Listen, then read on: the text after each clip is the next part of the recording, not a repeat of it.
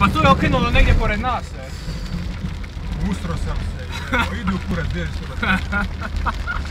Pa ovo nemaš vjera, ovo je palo možda 100 metara tu, Gdje je ovo puklo? Tu, ja sam vidio munje jebote. Pičko materinu, da bar hoće opet. Ovo je strašno. Da pukne u most dole, da nas... Kako mi je žao što nisam snimao, a taman sam krenuo da ću uključit kameru.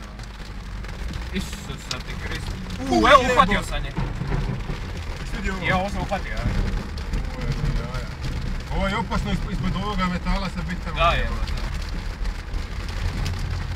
Kako je ovo spucalo?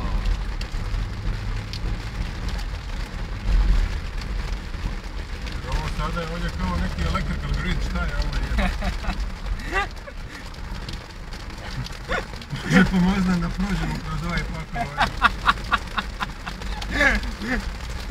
Završimo na dnu rivera. Evo ga.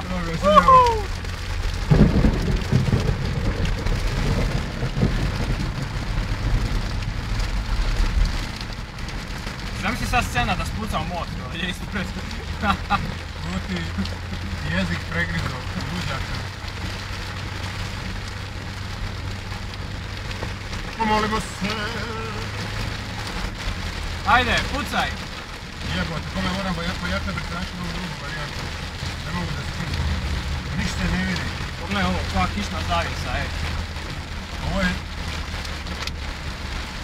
Strava.